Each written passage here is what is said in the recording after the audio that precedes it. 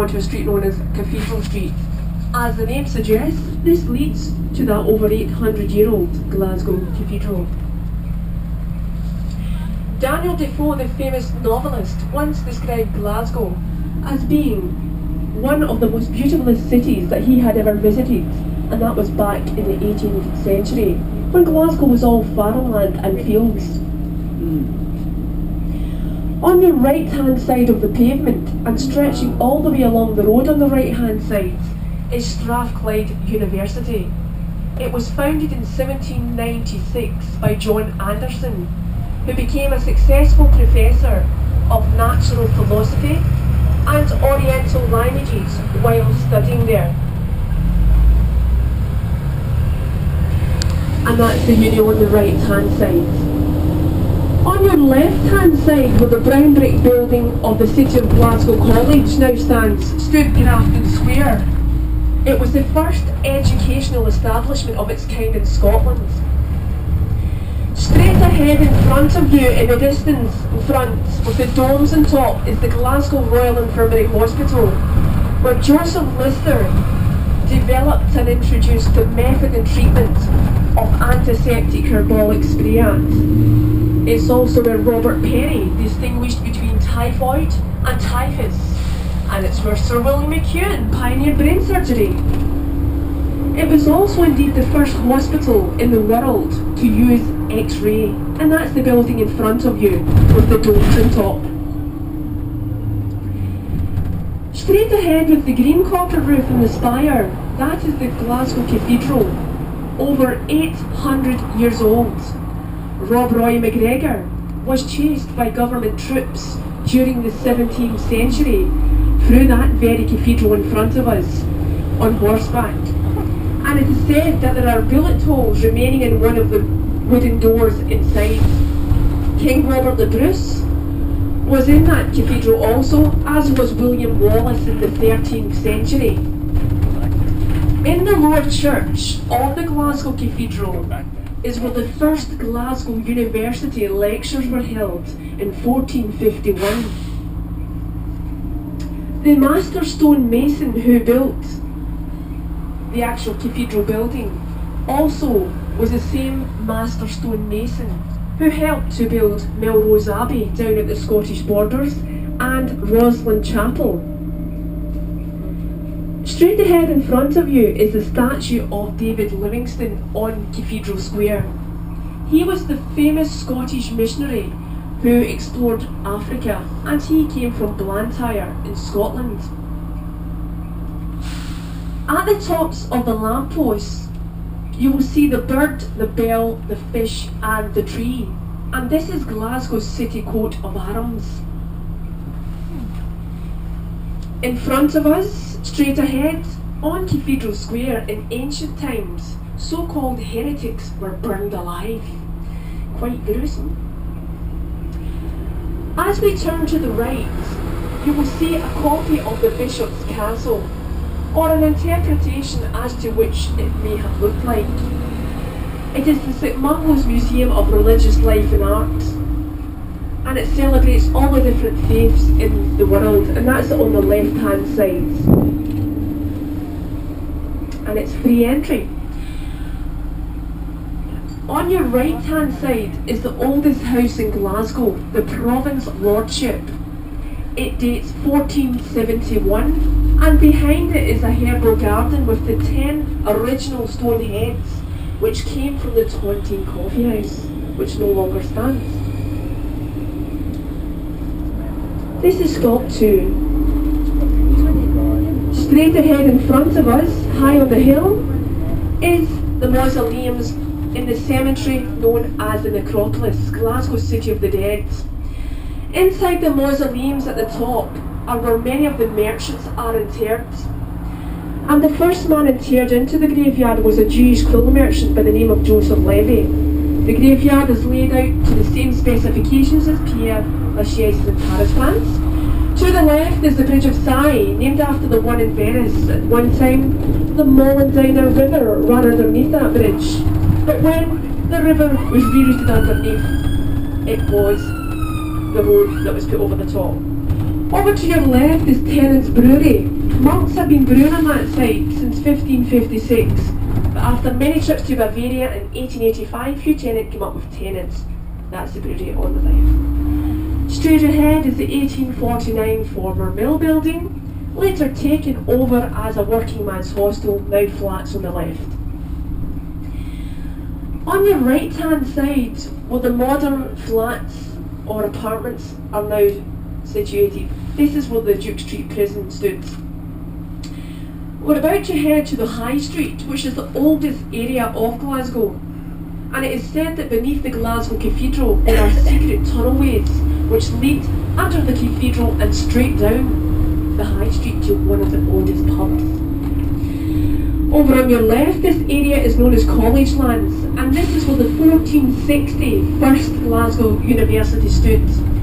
Robert Burns' eldest son was a student of the first university, as was James Watt, who invented the secondary condenser for the steam engine, and he came from Greenock in Scotland. Over to your right hand side, where the red sandstone apartments or buildings now stand, is where the Bell on the Brae stood in the 13th century, when William Wallace was fighting all the way up the High Street to the Bishop's Castle, where St Mungo's Museum of Religious Life and Art now stands. The next stop will be stop 3 for the Glasgow Police Museum, which is free entry. As we turn, you will see on the left the Old College Bar. It's not the original. This one dates 1810. The original dated 1515. Look beside it to the right at the top of the red sandstone building, you'll see a well at the top with a green lead roof. Can you see it, everyone up top? Yep. Well, the person who owned the lands specified that that well was to be incorporated within the building, but the only place it could go was on top. So a most unusual feature to a building, having a well upon it. The Merchant City, which is the next area we're about to head towards, named after the many merchants who frequented the area. However, there was an area known as the Plainstains. The Plainstains was an area of pavement where the wealthy tobacco merchants liked to walk. If any person of a lower social scale dared to walk in front of them, they would receive a rap on the head with that gold-topped ebony cane, as these tobacco merchants ruled the roost back in the 18th century and were certainly not to be messed with. They wore white powdered wigs, three-pointed black hats, cravated shirts, velvet scarlet cloaks, pantaloons, tights and patent buckled shoes.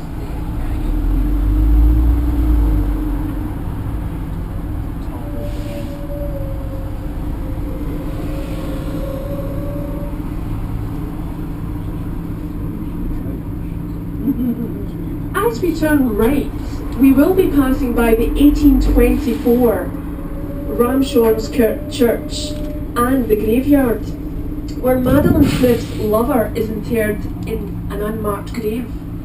Madeline Smith poisoned her lover by putting arsenic into his cocoa. Not a very nice lady, shall we say.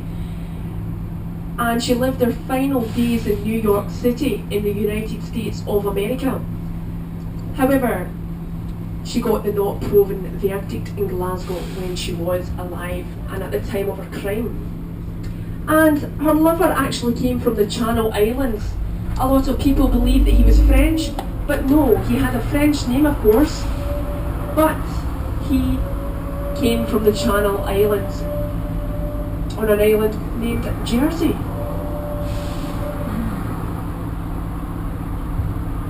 Also, outside the Ramshorn's graveyard, there is a graveyard which is most unusual to have a grave slab outside.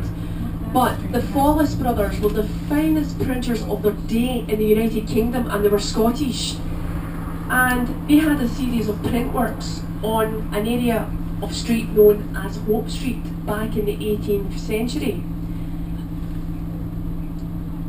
And you can find their graveyard outside the Ramshorn's graveyard. It's the most unusual location.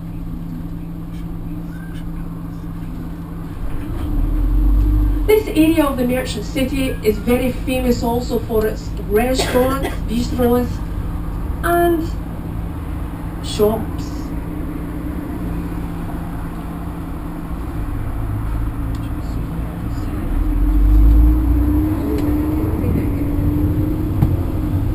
So if you keep an eye out on the right hand side, we'll be passing by the Ramshornskirk graveyard, where Madeline Smith's lover is interred in an unmarked grave, and the Follis brothers are buried outside, and that's on the right. On the side of the Ramshornskirk church there's a plaque in commemoration to John MacDonald. He was Scottish and he founded the Canadian Mounties in Canada, and he went on to become the first Prime Minister of Canada. Look on your left hand side, you will see where the BBC Symphony Orchestra is based. This is where Charles Dickens and Oscar Wilde performed, and it's known as the City Hall.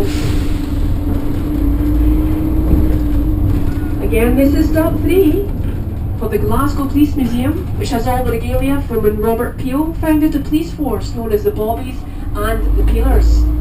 It's on the right hand side, up one flight of stairs next to the Mexican restaurant on your right hand side.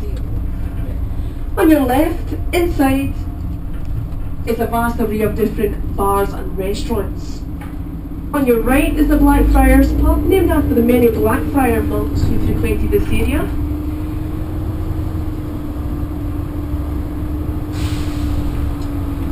As we turn right, look straight ahead of you and you will see the Tolbooth steeple. It dates 1626.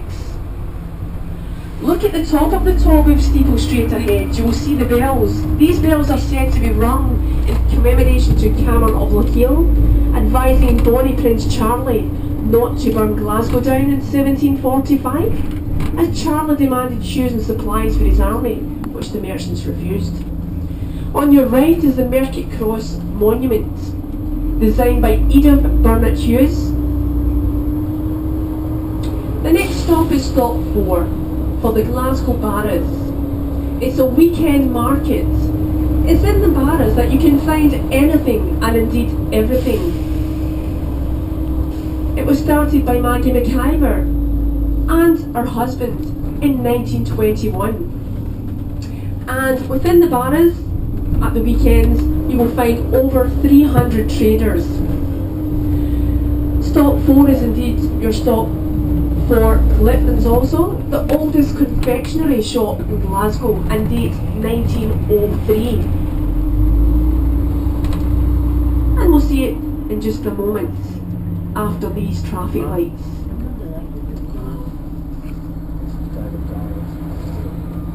Straight ahead in front of you on the left hand side, you may catch a glimpse of the sign in gold writing stating the Barras, and that is where the Barras is located.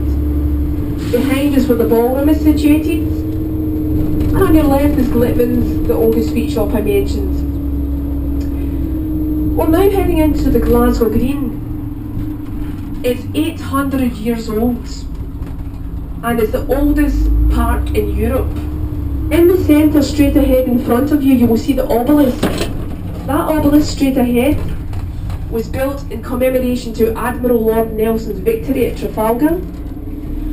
A third of the crew on Nelson's fleet were Scottish, and 5 of the captains on Nelson's fleet were Scottish also.